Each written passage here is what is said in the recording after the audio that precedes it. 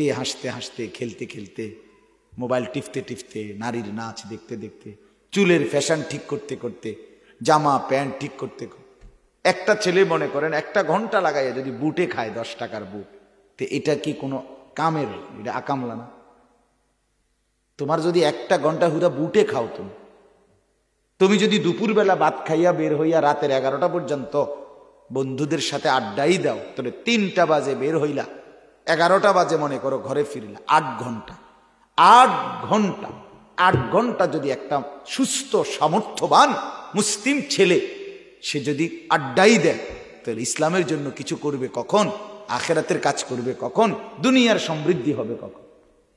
তাকে দিয়ে হবেটা কি বলে? আজকে আমাদের ছেলেদের হালাত দেখেন। এখানে দেখেন আপনারা যে কয়টা ছেলে, এখানে যদি সর্বমোট 100 জন ছেলে হয়, 90 জনই নামাজ পড়ে নাই। আমি বললাম, আমি যদি বলো দাঁড় করাই, বেনামাজি, অপদার্থ, নির্লজ্জ, বেহায়া, অসভ্য, তোর চেহারা দেখলেই তো চিনা যায় বেটা। জন্তু জানোয়ারের চেহারা দেখলেই তো চিনা যায়, হাইওয়ানের চেহারা দেখলেই তো চিনা যায় বেটা। বেনামাজির চেহারার মধ্যে তো কোনো রস কষ, দয়া মায়া, সৌন্দর্য কিচ্ছু থাকে না। এত চিনাই যায়, এত বুঝাই যায় বেনামাজি। আল্লাহর দুশ্মন তো বুঝাই যায়। এই জন্য বললাম, কেন নষ্ট করে দিলা জিন্দেগি? আজকের সারা দিনে ওই ছেলে, বেটা ওঠ পেটান থেকে বেটা, অপদার্থ কোথাকার বেটা।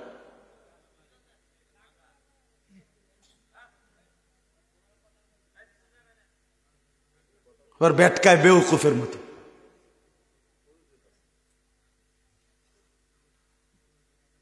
কিছু মানুষ আছে, মনে রাখবেন, ছেলে পেলে আমাদেরই, কেউ কিছু না বলার কারণে প্রতিবন্ধী হয়ে গেছে। বাবা মা, সমাজ, দেশ, আত্মীয় স্বজন কেউ কিছু বলে না, অসহায় সন্তানদের কাছে, বাচ্চা কাচ্চাদের কাছে। ফলে প্রতিবন্ধীর মতো কিল্লেগা হাসে, কিল্লেগা কান্দে, এনে বা মতে কা, হেনে আডে কা, কইতাত্ত না। পাগল যে, পূব পশ্চিম নাই, বুঝেন নাই কথাটা, উত্তর দক্ষিণ নাই। কি করছে, কেন করছে, নিজের ভালো এটাও বোঝে না, এটাও বোঝে না। অনেক ছেলে পেলে দেখেন আপনারা হাঁটতে চলে, কেন আপনি জিজ্ঞাসা করেন যে বাবা এরম করো কা, তুমি এইরম করো, তুমি এই চুলটা কার মতো রাখছো? এশার নামাজ হইল ফজর, জোহর, আসর, মাগরিব, এশা, একটা ওয়াক্ত নামাজ কেন পড়লা না বাপ? আপনি জিজ্ঞাসা করেন, খোদার কসম সুনির্দিষ্ট কোনো উত্তর সে দিতে পারবে, বলতে পারবে না সে, যে কেন, কি কারণে নামাজ পড়লা না রে বাপ? তোমার শরীর সুস্থ স্বাভাবিক, তুমি জোয়ান ছেলে, তোমার চোখ, নাক, কান, হাত, পাও সব ঠিক আছে, কেন সেজদা দিলাম? কেন নামাজ পড়লাম? কেন উত্তর দিবেন? মনে রাখবেন বাপ, ছেলেরা, বাপ রাগ হইও না, আমি একটু শক্ত, আমি বদলাইতে চাই, আমি পরিবর্তন চাই। আমার একটা নেশা আছে বয়ানের, আমি একটা আশায় বয়ান করি, খোদার কসম আমি একটা নেশায় বয়ান করি। আমার একটা স্বপ্ন আছে, আমার ছেলেরা বদলাবে, আমার এই সন্তানরা বদলে যাবে। নাই তো আমাদের এই ছেলেরা যদি না বদলায়, যুবক যদি না আসে ইসলামের দিকে, সেজদার দিকে, আমার ভাই আগামী দিনে ইসলামের জন্য লড়বে কে? বলেন চাচা, আপনি কি ছেলেদের সমবয়সী হায়াত পাবেন? তাহলে এরারে যদি গড়ে না দিতে পারি আমরা, তো ইসলামের জন্য লড়বে কে? বিশ্বাস করেন, আজকে ফিলিস্তিন যুদ্ধ করছে ইসরায়েলের বিরুদ্ধে, খোদার কসম সারা পৃথিবীর মুসলমান বেঈমানের বিরুদ্ধে যুদ্ধ করতেই হবে। জিহাদ আমাদের সমাধান, এটাই আমাদের রাস্তা, জীবন বাজি রাখা ইসলামের জন্য, ওই পর্যন্ত যেতে হবে। 2টা স্লোগান দেওয়া বাপ, 3বার স্লোগান দেওয়া, আর 3টা হুঙ্কার মারা, 2টা স্লোগান মারা, আর 4 মাস লাগাতার মাটির নিচে থেকে এই পৃথিবীর সুপার পাওয়ার পরাশক্তি ইসরায়েলের ইহুদি কুত্তাদের সাথে যেই মুজাহিদরা মাটির নিচে থেকে আজকে 4টা মাস লাগাতার যুদ্ধ করছে, জীবন বাজি রাইখা গোটা ইউরোপের বিরুদ্ধে, গোটা ইউরোপের বিরুদ্ধে, গোটা পৃথিবীর পরাশক্তির বিরুদ্ধে এই যুদ্ধের ময়দানে টিকে থাকা আর দুইটা স্লোগান দেওয়া এক কথা না। কথা বুঝছেন? দুইটা স্লোগান দেওয়া এক কথা।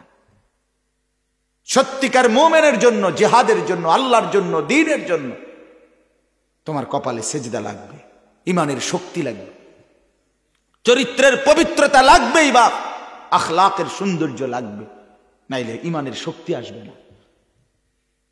স্লোগান দেওয়া সহজ, কিন্তু বাস্তবতা বড় কঠিন।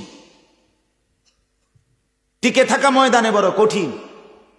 আর মুসলমান টিকতেই হবে, ইসলাম টিকবেই, খোদার কসম ইসলাম থাকবে, মুসলমান টিকবে, বেঈমান হারবে। কিন্তু দেখার বিষয় হইল আমি আর তুমি কামে লাগছি কিনা। একটা আশ্চর্য কথা শুনেন, আমরা কিতাবে পড়ছি, আবু জেহেল, আবু লাহাব, উতবা, শাইবা, এই যে মক্কার যারা বড় বড় কুরাইশ লিডার ছিল, নবীজির বিরোধিতা করতো দিন রাত। কথা বুঝছেননি? আবু জেহেলের নাম শুনছেন না আপনারা? তো এরা মাঝে মধ্যে বইয়া একলগে হেরা কইতো নিজে নিজে, হ্যাঁ রে মোহাম্মদ কিত্তা মেহনত করো, আমরা মেন মাতবরটি তো কি করি নাই, ইসলাম গ্রহণ করি নাই, তুমি কেমনে আগাইবা? তোমার ইসলাম কতদূর টিকবো দেখতাম না, গ্রামের মেন লোকটি তো কি করছে না। বুঝেন না কথাটা? মক্কার মেন আমরাই তো মেন মাতবর, তা আমরাই তো কি আনি নাই, কালেমা গ্রহণ করি নাই, এত তুমি আর কদ্দুর আগাইবা দেখতাম না। এটি কইতো, হাসতো। আর শাজিম থেকে আল্লাহ তাআলা যেন, আমার আল্লাহ মুচকি হাসি দিয়ে বলতেছিলে যে হ্যাঁ বেঈমান, দেখিস আমার ইসলাম কদ্দুর আগায়, তোরাও দেখবি, আমিও দেখাম। পরবর্তী নবীজি সাল্লাল্লাহু আলাইহি সাল্লাম 13 বছরে পরে মক্কার 13 বছর দাওয়াত দিয়ে মদিনায় গেছেন। মদিনায় যাওয়ার আর 8 বছরের মাথায় মক্কা বিজয় হয়েছে।